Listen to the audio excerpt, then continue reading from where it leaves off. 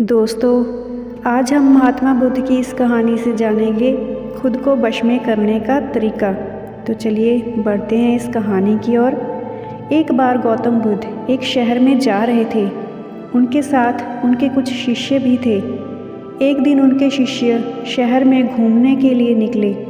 वे शहर में घूम ही रहे थे कि तभी शहर के कुछ लोगों ने उन्हें भला बुरा कहना शुरू कर दिया। उनके बुरे शब्दों को सुनकर शिष्यों को बहुत बुरा लगा और वे वापस लौट आए।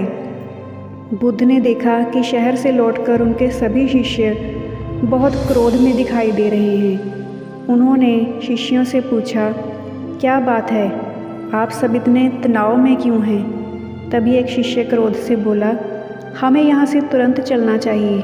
जब हम बाहर शहर में घूमने गए थे तो यहाँ के लोगों ने बिना वजह हमें बुरा भला कहना शुरू कर दिया। जिस जगह हमारा सम्मान नहीं है, आदर नहीं है, वहाँ हमें नहीं रहना चाहिए। बुद्ध ने कहा, क्या किसी और जगह तुम अच्छे व्यवहार की अपेक्षा रखते हो? दूसरे शिष्य ने कहा, इस शहर से तो अच्छे लोग ही होंगे। तब गौतम बुद्ध बोले, किसी जगह को सिर्फ इसलिए छोड़ना ठीक नहीं है कि वहाँ के लोग बुरे हैं या बुरा व्यवहार करते हैं। हमें तो कुछ ऐसा करना चाहिए कि जिस स्थान पर भी जाएं, उस स्थान को तब तक ना छोड़ें जब तक अपनी अच्छाइयों से वहाँ के लोगों को सुधार ना दें। हम जिस भी स्थान पर जाएं, वहाँ के लोगों का कुछ ना कुछ भला करके ही वापस लौटें।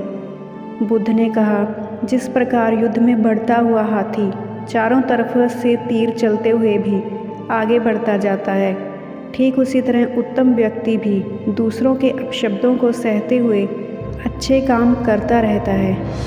खुद को वश में करने वाले प्राणी से उत्तम कोई और हो ही नहीं सकता। बुद्ध की यह बात शिष्यों को अच्छी तरह से समझ में आ गई और उन्होंने वहाँ से जाने का इरादा छोड़ दिया। तो महात्मा बुद्ध की इस कहानी से हमें यही शिक्षा मिलती है कि हमें लोगों की कही बातों पर बिल्कुल ध्यान नहीं देना चाहिए। लोग क्या कहते हैं, क्या बोलते हैं, उनका तो काम ही है ये। हमें तो सिर्फ अपने लक्ष्य पर ध्यान करना चाहिए, अपने काम पे ध्यान करना चाहिए, क्योंकि यही हमें सफलता दिलाएगा।